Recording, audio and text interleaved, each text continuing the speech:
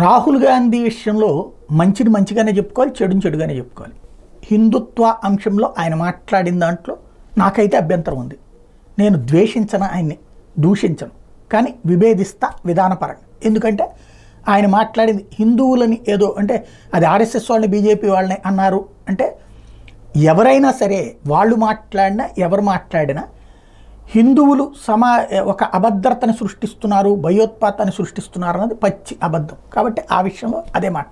But మిగతా విషయాల్లో right చేయాల్సినవి రైట్ చేశారు. ఆయన నోట్ల రద్దును రైట్ చేశారు. సరే, ఆ తర్వాత 2 సార్లు బీజేపీ గెలిచింది.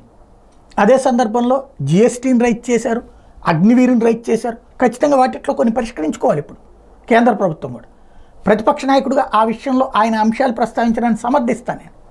ఎందుకంటే ఆ ప్రతి అంశానికి ప్రభుత్వం చెప్పిన దానికి డూడు బసవన్నలా తలవపాల్సినటువంటి అవసరమేం లేదు.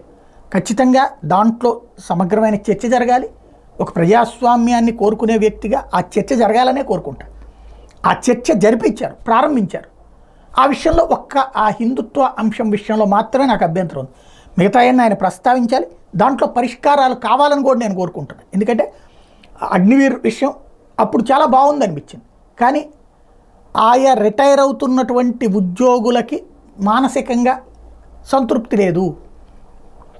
అది సైన్యానికి సమస్య అవుతుంది, అట్లాగే సైన్యంలో చేరికలకు సమస్య అవుతుంది. కాబట్టి దాన్ని మార్చాల్సినటువంటి అవసరంతో పాటుగా దేశంలో ఇతర అంశాలు, ధరల పెరుగుదల కావచ్చు, ఆర్థిక విధానాల అంశం కానీ ఆయన ప్రస్తావించడం మంచిది. ఒక ప్రతిపక్ష నాయకుడి హోదాలో ఆ అంశాలన్నింటినీ కూడా టచ్ చేయడం కరెక్టే.